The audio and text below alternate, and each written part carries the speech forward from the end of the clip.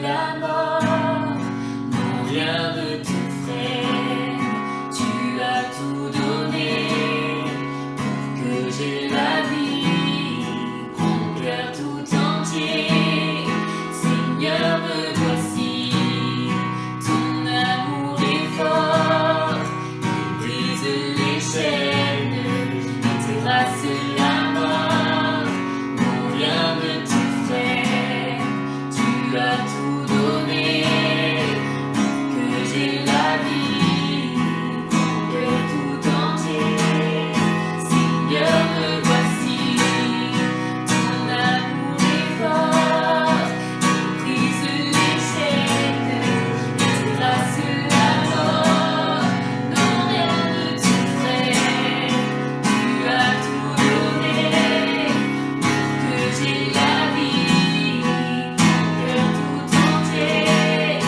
Seigneur me voici, Seigneur me voici, Seigneur me voici, Seigneur me voici.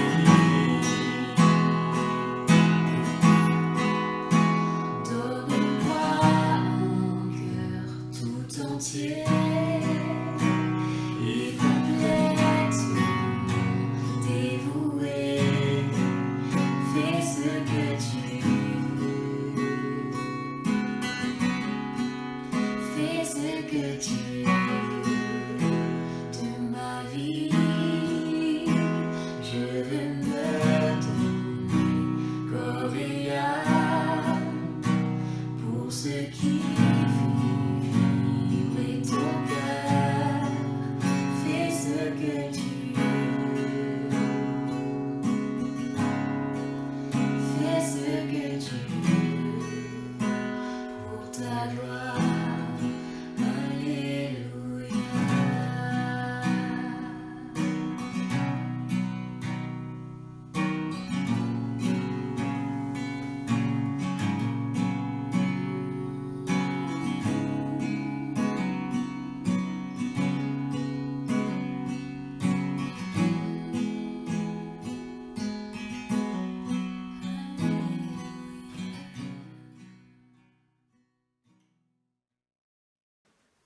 Bonjour à tous, j'espère que vous allez bien, que vous êtes en bonne santé, en bonne forme, sur le plan physique, le plan moral, mais également sur le plan spirituel.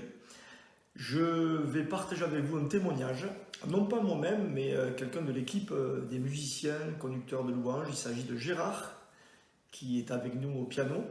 Il va nous partager un témoignage qu'il a vécu sur une expérience sur le plan professionnel. Voilà, en espérant que cela vous fasse du bien. N'hésitez pas à communiquer avec nous, nous envoyer un petit message, un petit texto, un petit WhatsApp, un petit mail, un petit coucou. Et si vous avez besoin également, n'hésitez pas à vous manifester. Que Dieu vous bénisse, à très bientôt, à toi Gérard. Voilà, bonjour à tous, c'est à nouveau Gérard. Je voudrais vous rendre un petit témoignage. Petit témoignage comme quoi nos comportements, dans nos actes, nos paroles, dans le quotidien que nous vivons, peut être souvent une source de bénédiction.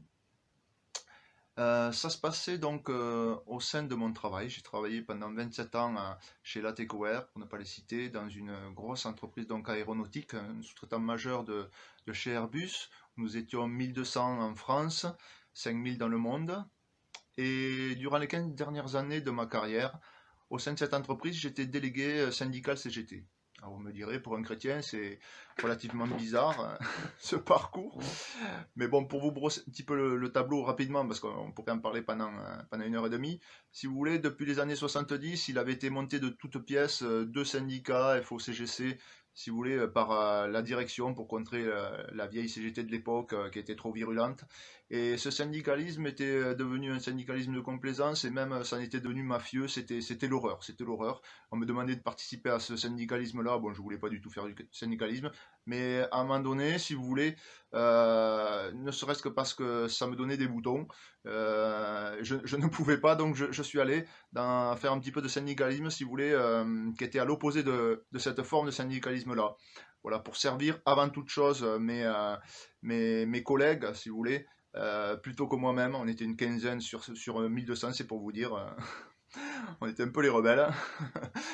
Et tant et si bien que sur la fin, les directions différentes se succédant, des jeunes directions sont arrivées, qui avaient la quarantaine, si vous voulez, elles ont reconnu un travail au sein de ce syndicat qui a été fait par moi et d'autres aussi, si vous voulez, de qualité franchement, avec un service de qualité qui n'était pas corrompu contrairement à tous les autres syndicats. Bon, enfin, on pourrait en parler longtemps, mais tout ça pour dire quoi? C'est que un jour, il y a 4-5 ans de cela, le numéro un de notre société, a été jeté comme un malpropre, hein. C'était le patron. Il a été jeté, si vous voulez, par une cohorte de gars qui étaient juste en dessous de lui, les 3, 4e au rang de la TECOR, qui s'étaient mis en coalition et qui ont fait en sorte de le jeter. Voilà, comme un malpropre. Et si vous voulez, j'ai eu à cœur d'écrire une lettre à ce patron. Une lettre pour l'encourager, parce que je savais qu'il allait passer par des moments très difficiles, parce que vraiment ça a été horrible la façon dont ils l'ont jeté.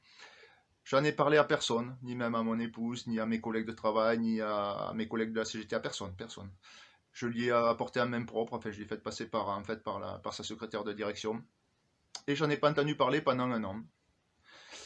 Et un an après, le numéro 2 de la TECOR, à son tour, a été viré, lui aussi comme un malpropre. Alors lui, j'ai eu l'occasion, par contre, parce que ça s'est passé, il y a eu 2 ou 3 jours, pendant lesquels j'ai eu le temps d'aller dans son bureau pour discuter un petit peu avec lui, pour lui rendre témoignage comme quoi j'avais passé d'agréables moments, de bonnes relations avec lui.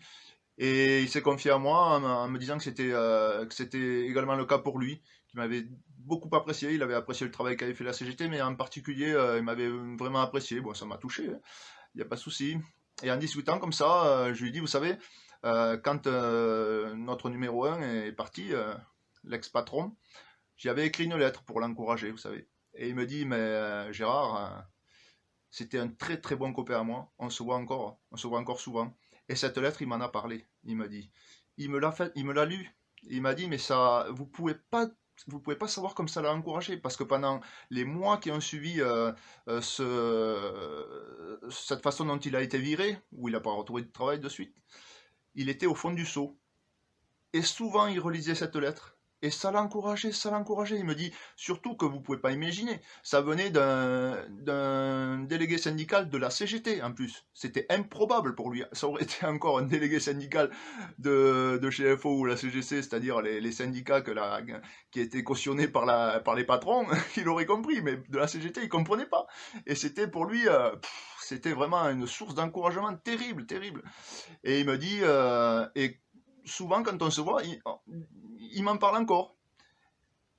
Et d'ailleurs, ce patron, donc, à la suite de l'allocution que j'ai eue avec ce numéro 2, il a répondu à mon mail un an après pour me remercier, etc. Donc tout ça pour vous dire que aussi ce numéro 2, quand il a été jeté, là, comme un malpropre, et que j'étais dans son bureau, à la fin de notre entretien, il me dit, écoutez Gérard, moi aussi je sais que dans les jours à venir, je vais passer par des moments très difficiles. Je sais. Est-ce que je peux vous demander une faveur? Je lui dis, ben, je sais pas, dites-moi. Est-ce que vous pourriez, à votre tour, écrire une lettre pour m'encourager à moi aussi? Parce que je sais que j'en aurai besoin et je vous promets, je vais la lire et elle me fera du bien, j'en suis sûr. Alors moi, je lui dis, bah, écoutez, Pierre, parce que là, pour le coup, je ne l'avais jamais appelé par son prénom, mais là, comme il était jeté, j'ai dit, bon, je peux vous appeler Pierre. Pierre, écoutez, pas de souci, je vais vous en écrire une. Et j'espère qu'elle sera une source d'encouragement pour vous aussi. Et voilà, et on s'est quitté comme cela. Alors tout ça pour vous encourager et vous dire que vous voyez, par nos actes, par nos paroles, par nos écrits, parfois, par tout cela, on peut être vraiment des sources de bénédiction pour tous ces gens qui nous entourent, parce qu'ils ont des repères, des comparaisons par rapport à bien d'autres qui n'ont pas connu le Seigneur. Et des fois, ils ne comprennent pas, si vous voulez, quelle est la résonance de ce qui émane de nous. Alors, j'ai pas eu l'occasion vraiment de lui parler de Dieu durant ces quelques années que j'ai passées donc au sein de la TECOR. Mais certains le savent peut-être encore, ou ils vont l'apprendre par cette vidéo. Donc, je suis en train d'écrire un album dont la première chanson va sortir ces jours-ci. Alors, c'est pas du tout pour faire de la promo, hein. Elle va sortir ces jours-ci et je me suis vraiment promis d'envoyer un mail à chacun de ses patrons, le patron qui a été viré la première fois, le numéro 2, la RH qui est actuellement au sein de la TechWare avec qui j'avais des très bonnes relations. Je me suis promis de leur envoyer un mail pour leur donner le lien de cette chanson, afin qu'ils puissent, après avoir reçu le témoignage de mon comportement, qu'ils puissent avoir le témoignage des paroles qui sont écrites dans ces chansons et qui sont le reflet de la parole de Dieu. Que ça puisse les encourager et qu'ils puissent me suivre peut-être sur les autres chansons de l'album. Et j'espère que ça servira à la gloire de Dieu et qui sait, peut-être que j'entendrai parler de leur conversion. Ça me ferait très plaisir.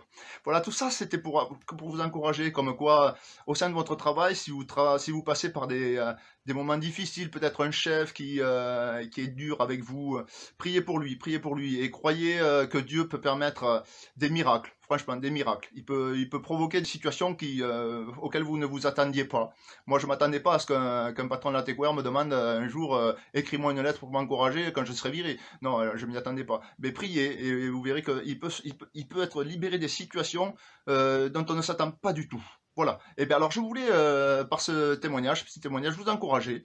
Je vous souhaite donc de témoigner à votre tour sur ce site et je serai content d'entendre à mon tour vos témoignages. Je vous embrasse à tous et que Dieu vous bénisse. Parce qu'il vit, je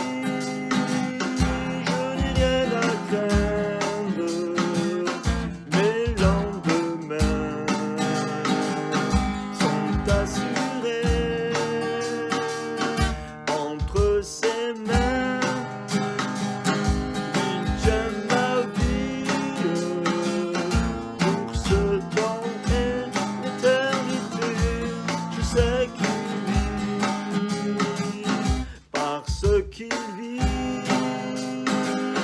Je n'ai rien à craindre, mes lendemains sont assurés entre ses mains. Il tient ma vie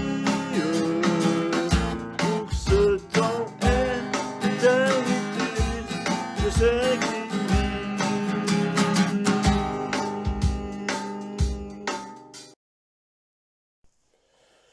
Bonjour, bonjour mes frères et sœurs, partout où vous êtes, nous pensons à vous, nous prions pour vous, je sais que vous priez également pour nous. Que le Seigneur vous bénisse, que le Seigneur soit avec vous, que le Seigneur vous donne la paix. C'est la salutation que je peux vous donner aujourd'hui.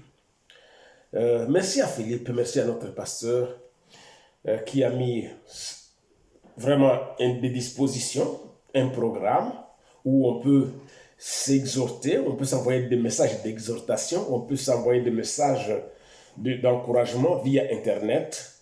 C'est ce que je suis en train de faire, ce que lui-même fait, ce que beaucoup d'autres font. Nous les suivons tous les dimanches matin ou même les autres jours, le mardi, le vendredi. On suit les messages. Même il y a des frères et sœurs qui nous ont recommandé d'aller dans d'autres groupes où il y a des églises qui se réunissent via le même moyen pour se donner d'exhortation, pour parler de la parole de Dieu. Je vais aujourd'hui vous parler de la parole qui est écrite dans Jean. Jean, c'est le chapitre 14 et le verset 15. Jean, chapitre 14 et le verset 15. Si vous m'aimez, gardez mes commandements, et moi je prierai le Père. Il vous donnera un autre consolateur, afin qu'il demeure éternellement avec vous.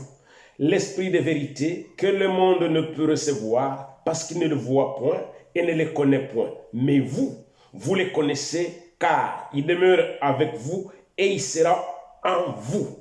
Je ne vous laisserai pas orphelin, je viendrai à vous. Gloire à Dieu.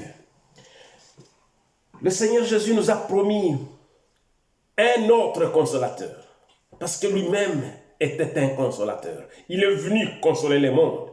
Il est venu nous mettre en relation avec Dieu. C'est une très grande consolation parce que nous étions perdus, nous étions dans les ténèbres et nous étions éloignés de Dieu. Et il est venu nous consoler. Et voilà qu'il dit, il est avantageux pour vous Pas pour lui, mais il est avantageux pour vous que je m'en aille, que je parte. Mais je ne vous laisse pas comme orphelin, je ne vous laisse pas comme enfant orphelin qui n'ont pas de parents. Je vous enverrai un consolateur, le consolateur qui est donc le Saint-Esprit. Je me souviens, quand j'étais enfant, beaucoup de gens qui priaient Dieu, beaucoup d'adultes, moi je ne priais pas, j'étais enfant, bon je priais peut-être d'une manière, je ne sais pas comment, je ne me mettais pas vraiment debout pour prier dans l'église. C'est des gens qui invoquaient les noms, plutôt la parole qui est dans Psaume 46, et ils disaient, mais tu es notre Dieu, et tu es notre refuge, tu es un Dieu qui ne manque jamais de venir vers nous au moment de la détresse. Tu es un Dieu qui ne nous abandonne pas au moment de la détresse. Un moment comme celui-ci, un moment comme celui où nous comptons toujours des morts en termes de centaines, au moment où nous sommes confinés, voilà alors que Dieu ou Jésus nous a promis le consolateur et nous l'avons reçu. C'est lui qui nous aide à traverser des moments difficiles. C'est lui qui nous aide à vivre maintenant. C'est lui qui nous aide à tenir. C'est lui qui nous aide à nous parler maintenant. C'est lui qui nous donne la force de pouvoir prêcher malgré les difficultés dans lesquelles nous nous trouvons. Je vous enverrai un consolateur. Alléluia. Que le Seigneur vous bénisse. C'est vrai que prêcher devant un objectif, c'est différent. Quand on est dans une salle où on regarde les visages rayonnants des frères et sœurs, mais je sais que derrière ma petite machine, derrière cet objectif, il y a des hommes et des femmes qui aiment Dieu. Et cela m'encourage. Que le Seigneur vous bénisse. Vous m'encouragez et je vous encourage. Lorsque vous êtes chez vous, en train de lire la Bible, en train de faire n'importe quel travail, soyez encouragés. Et surtout, soyez remplis du Saint-Esprit, parce que le consolateur qui nous a été promis est venu vers nous. Il habite à nous. Il agit dans nous. Il travaille dans nous. Et nous vivons grâce à lui. Alléluia. Que le Seigneur vous bénisse, mes frères et sœurs. Le consolateur, c'est lui le stabilisateur. C'est comme ça que je peux l'appeler. Il nous stabilise pendant des moments où nous sommes, on chavire à gauche, à droite. C'est lui le promoteur. C'est lui l'innovateur. Et c'est lui qui nous rassure. C'est lui qui nous donne du courage. C'est lui qui nous donne la force. Et enfin, c'est lui qui nous enseigne. Alléluia. Il nous enseigne. Il nous fait découvrir des choses. Il nous annoncera des choses, nous dit la Bible. Que le Seigneur vous bénisse. Que le Seigneur vous annonce la bonne nouvelle. Que le Seigneur vous rende visite. Que le Seigneur puisse vous parler au travers du Saint-Esprit qui nous a promis et qui est venu vers nous. Dans 1 Corinthiens, le chapitre 12, où on parle des dons spirituels. Alléluia. Que le Seigneur bénisse l'Église. Que le Seigneur vous bénisse, mes frères et sœurs. Quand je lisais les dons spirituels, à certains, écoutez bien, il a donné la parole de sagesse, à d'autres, la parole de connaissance, à d'autres, il a donné la foi, à d'autres, le don de guérison, à d'autres, le don d'opérer des miracles, à d'autres, il a donné les dons de prophétie, à d'autres, le don de discernement des esprits, à d'autres, la diversité de langues, et à d'autres, la manière de pouvoir interpréter les langues. Et dans Ephésiens, le chapitre 4 et le verset 11, il dit, certains sont devenus, grâce au Saint-Esprit, des prophètes, d'autres sont des pasteurs, d'autres sont des docteurs, et certains d'autres sont des évangélistes. C'est vous qui êtes tout cela. C'est vous qui avez tout cela.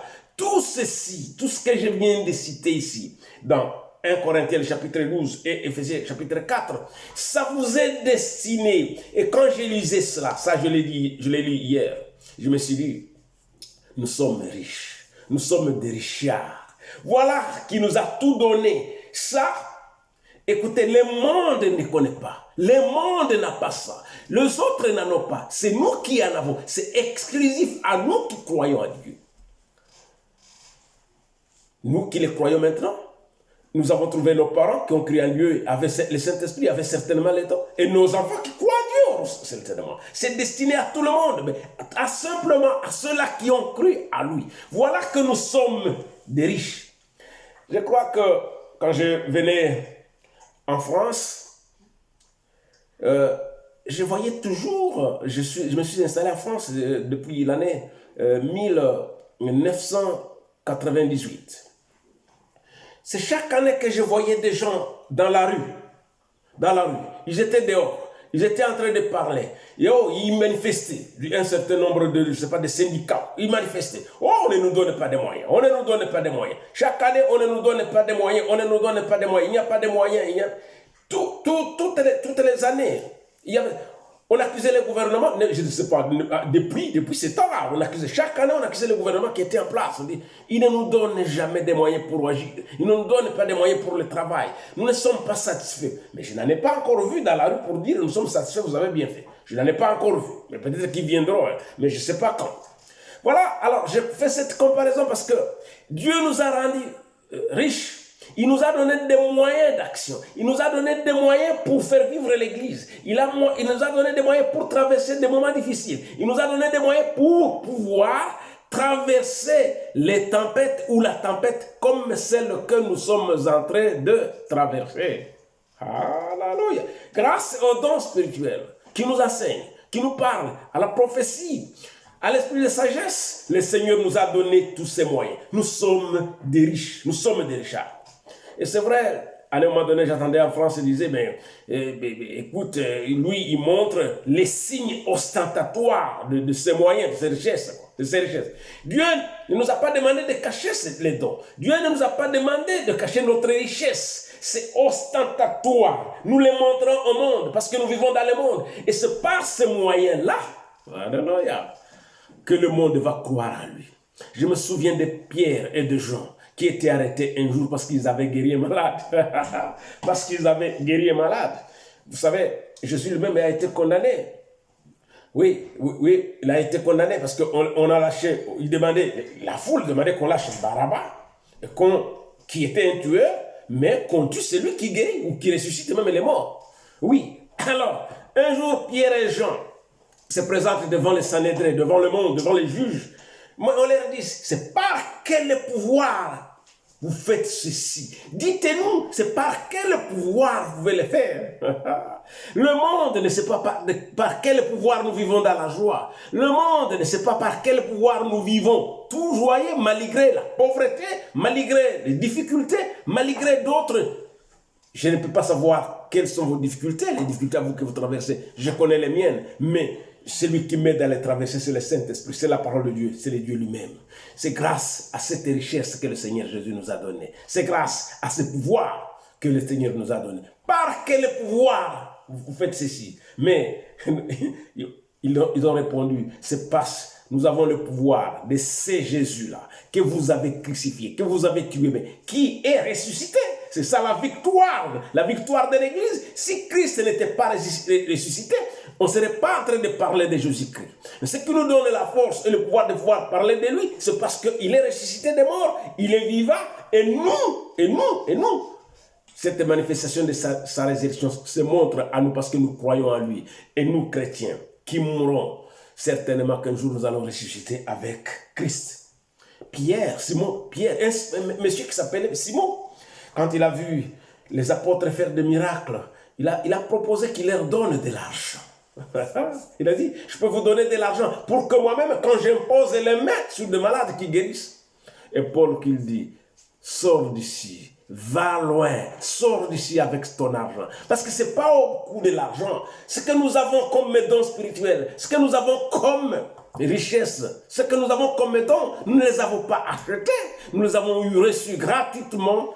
Et c'est Dieu qui nous les a destinés pour que ces dons nous aident à vivre, pour que ces dons nous aident à traverser les moments difficiles comme je venais de le dire, pour que ces dons nous aident à pouvoir faire grandir l'Église de Dieu, et surtout que le Seigneur se manifeste et que le monde croit en lui par les dons du Saint-Esprit. Je vous encourage donc, frères et sœurs, de garder cette foi, de rester en Christ, de demeurer à côté de Dieu, toujours avec Dieu, toujours à côté de lui. Comme je le disais avant-hier, je veux vous dire qu'il n'est pas loin de nous. Il n'est pas loin de nous. Il est avec nous. Il nous écoute. Et c'est lui qui nous met en relation avec Dieu, c'est Jésus-Christ. Et Jésus-Christ nous a promis le Saint-Esprit. Il nous l'a donné. C'est lui qui nous donne la force. Soyons forts, soyons fortifiés. Restons dans le courage. Un jour, le Seigneur reviendra. Ce n'est pas ce que nous sommes en train de traverser. Maintenant, ce n'est pas la première fois. L'humanité a toujours traversé des moments difficiles. La peste, la grippe espagnole ou d'autres, je ne sais pas. Chez moi au Congo, on a vécu des choses horribles. Mais grâce au Saint-Esprit, nous restons toujours souriants. Grâce au Saint-Esprit, nous sommes toujours fortifiés. Grâce au Saint-Esprit, nous marchons debout. Grâce au Saint-Esprit, nous pouvons visiter les frères et sœurs. Et grâce au Saint-Esprit, nous ne sommes pas solitaires. Là où vous êtes, priez Dieu. Il vous enverra les consolateurs. Celui-là qui est destiné à tout le monde, à moi, à vous et à nous tous. Que le Seigneur vous bénisse, que le Seigneur soit avec vous tous. Je vous remercie. Amen.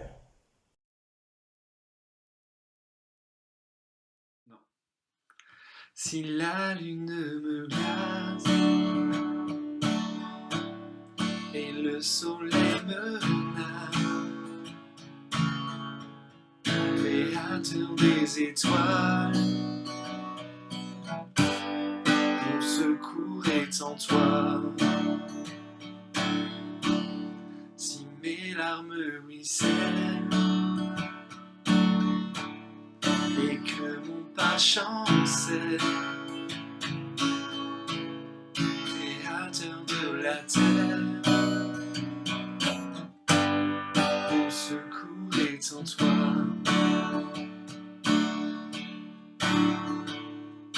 Je lève les yeux vers les hauts sommets. Toi seul est mon Dieu. Je proclamerai. Toi seul est ma force. Toi seul me restaure mon secours est en toi.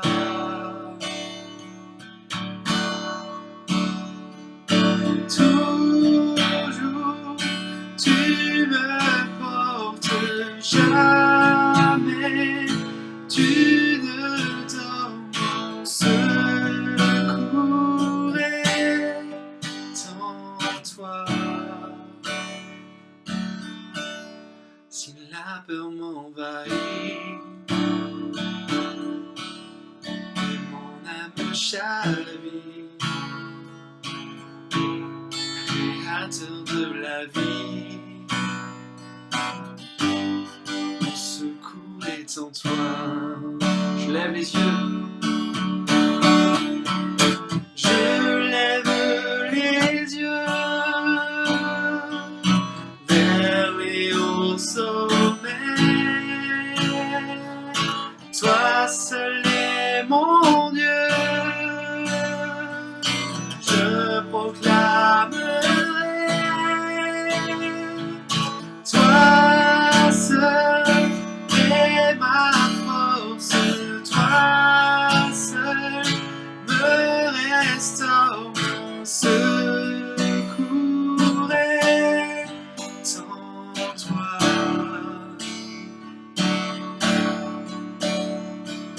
Toujours tu me portes, jamais tu ne dors, mon secours est en toi.